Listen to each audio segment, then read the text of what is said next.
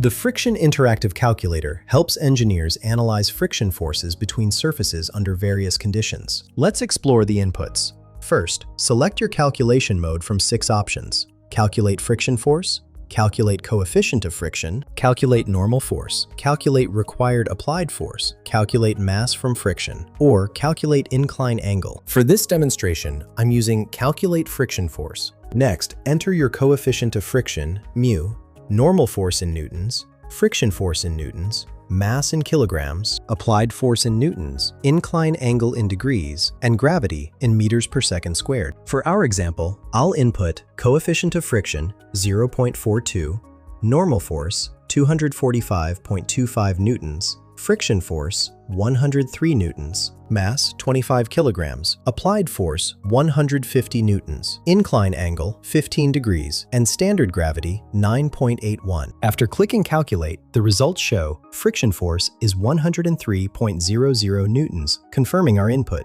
The coefficient mu remains 0.420. Normal force is 245.25 newtons.